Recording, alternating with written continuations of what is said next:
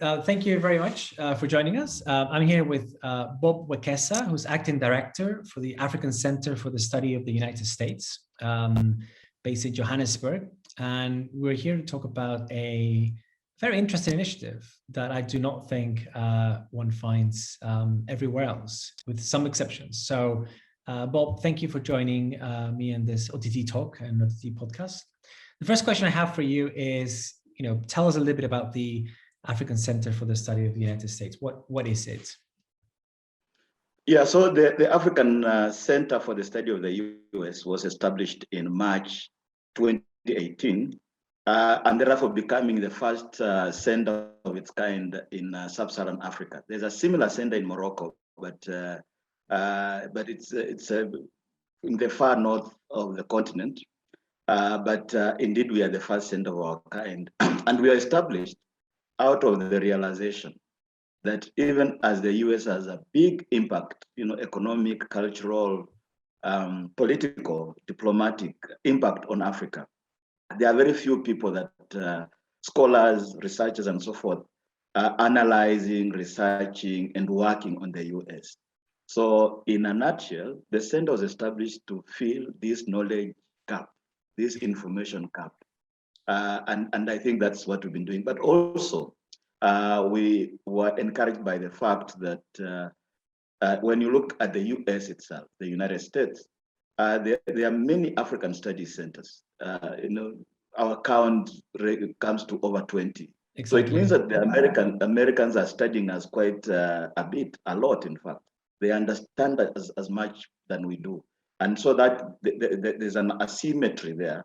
That we thought we'll try to fill by doing public engagement work, meaning webinars that we do, for example, formal teaching of courses across disciplines, such as American history, American culture, American media industry, and so forth, as well as research and publication, which we've done either internally or with partners. So in a nutshell, that's what I'll say. And when you say that you wanted to study the US or what's going on in the US, what are the issues that you address? I mean, are you looking at, for example, foreign policy and that, the issues that explain the US's own strategy in Africa, or are you also looking at kind of domestic policy, maybe education policy, health policy, so looking at within the US, what is your research agenda in relation to the US? So we are very much interdisciplinary, cross-disciplinary, transdisciplinary. The fact being that we are at a large university, University of Witwatersrand, which has 5 faculties and many schools and departments. So there are colleagues who are, for example, working on nuclear energy, for example. Right, okay. They will be interested in Africa-US relations or what is happening in the US on matters nuclear.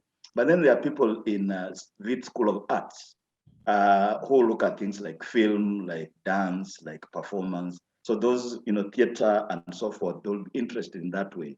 Personally, I come from a journalism, media, and diplomacy end of things. So that's what I really work on in terms of knowledge production, even as I work on matters administration and so forth. So in a nutshell, we have projects and programs across the various disciplines. So for example, we're working on Africa-US economics and trade, analyzing things such as the African Growth Opportunity Act or Prosper Africa, which is a big initiative for entrepreneurship, or Power Africa. There are colleagues here who work on matters to do with youth engagement, for example. There are colleagues here who are interested in issues that are directly political, like, when an incident such as George Floyd's death happens, for example, they analyze that as, from political science, theorizing, looking at race relations and what they mean for, say, African Americans and Africa. So in a nutshell, anything that has a connection with the US is fair game for us. Okay, that's interesting. And in this process, what do you think you've learned? Are there any big findings, any big lessons, any kind of studies that you think have illustrate the importance of this effort? No, I think one of the things that we've learned pretty fast. First of all, let me also just add that this center is based at Wits University, but we consider ourselves a Pan-African think tank on the US. So we've developed partnerships with colleagues from other universities on the continent, in Ghana, Nigeria, Kenya, Malawi, name it, but also civil society organizations and so forth. And I say that because it has a link to what we have found out. One of the things we found out is that indeed there's a huge gap in terms of African understanding of the US. And then this gap arises out of the fact that there is no single American studies program on the African continent, in an African university. Right. And as I mentioned earlier, on the reverse, we have American studies, Chinese studies, name it, African studies programs in the US. So I think what we have therefore determined to develop is that we are starting an American studies program as a degree course at master's and PhD level to just fill that gap so that you can train a new cadre, a new cohort of students who are knowledgeable in the US, who can go on to work in areas such as business or government or entertainment, and name it. I think that's sorry, and this is done in partnership with your colleagues and institutions in other African countries. So the idea is that this is a kind of a Pan-African course, or it's just hosted at WITS. So we've started.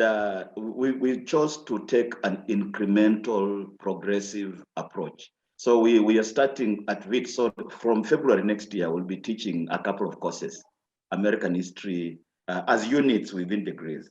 Then in 2023, we'll have full-fledged American studies, degree courses offered at the center.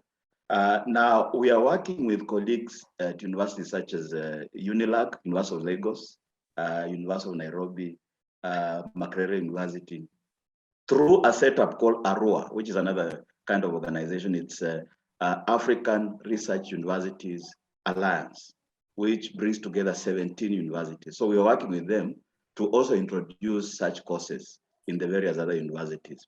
A couple of colleagues in other universities, I can mention 3 or 4 that are also looking to take our approach, the approach that we're using at WITS, that you introduce a course unit and then you grow it into a full-fledged degree. So that's the approach. We are doing it at WITS because this is home, but we're also encouraging colleagues out there and assisting in terms of curriculum development, developing course materials and so forth.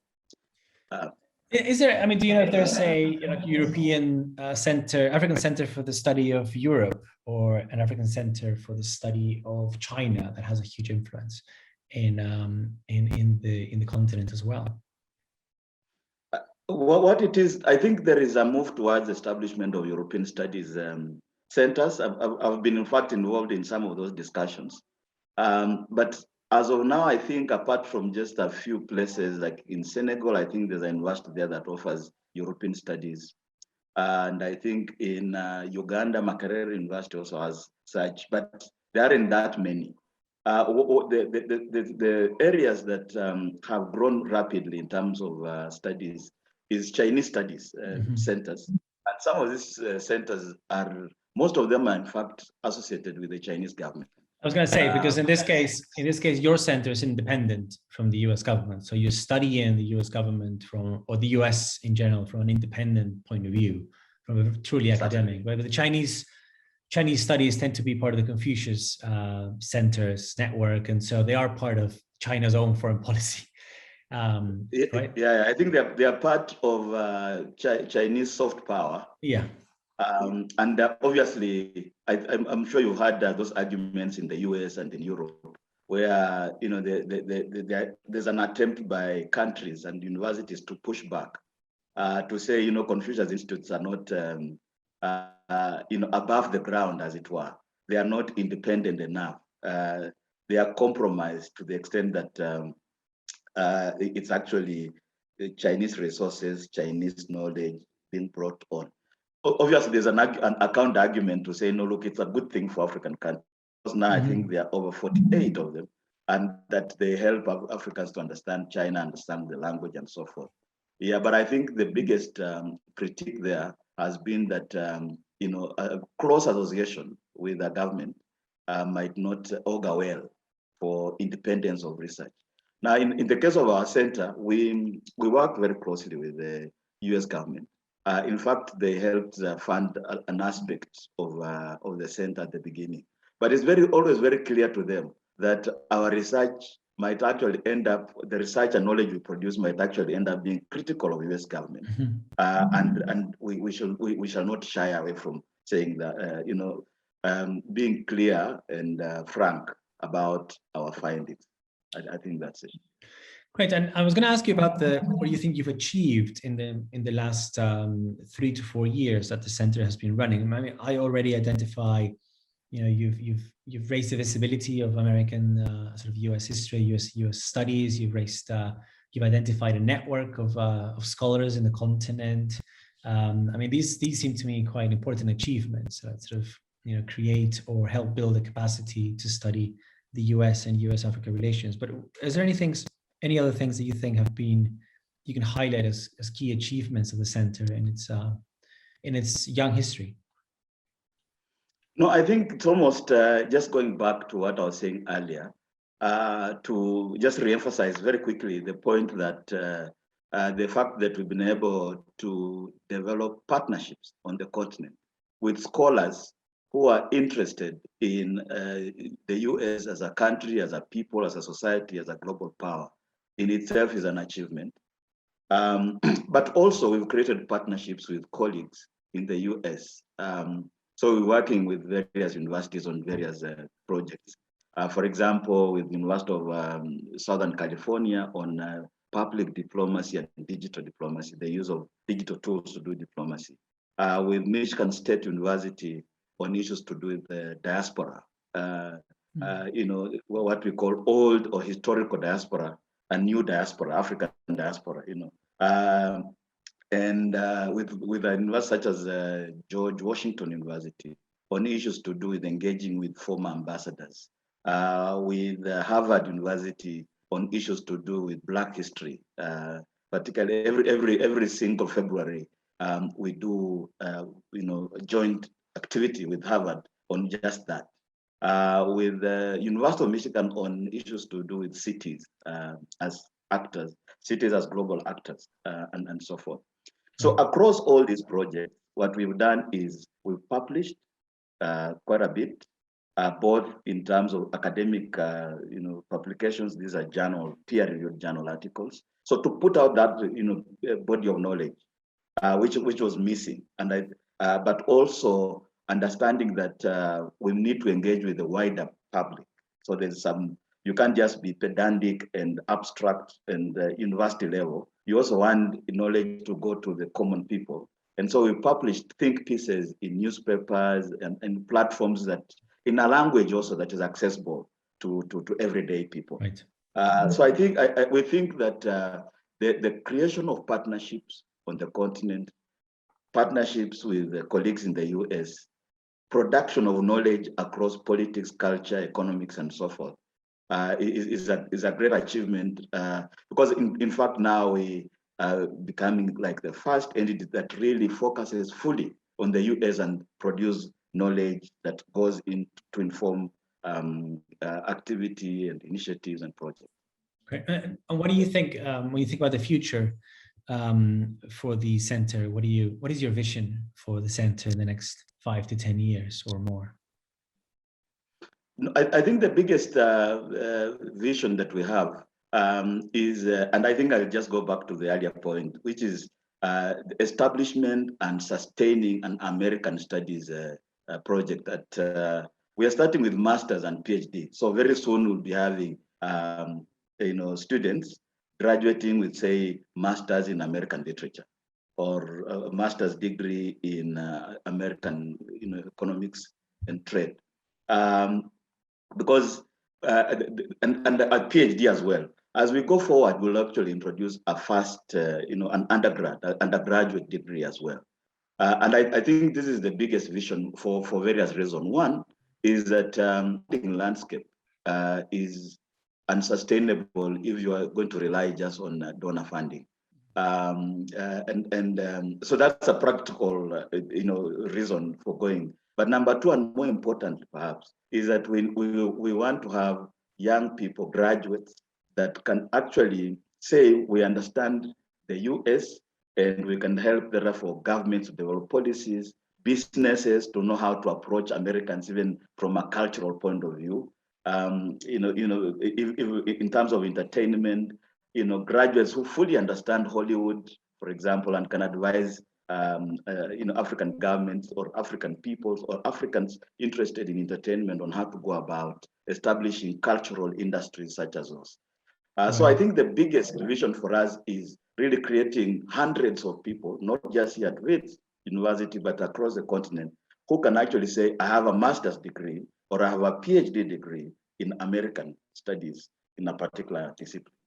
That's interesting. You're creating a critical mass of individuals, a community that will sustain the project, will sustain the mission of the center, even beyond the boundaries, the physical boundaries of your center. Right, your center is a driver of this change throughout the continent. Well, that was very interesting. Thank you very much, and I really think it's fascinating idea. Both on the practical aspects of it, right? To learn more about a huge power and a partner for the continent, but also this sort of sense of justice, right? That they study us, we should study them as well, right? And I think this certainly would strike a chord with other regions in the world.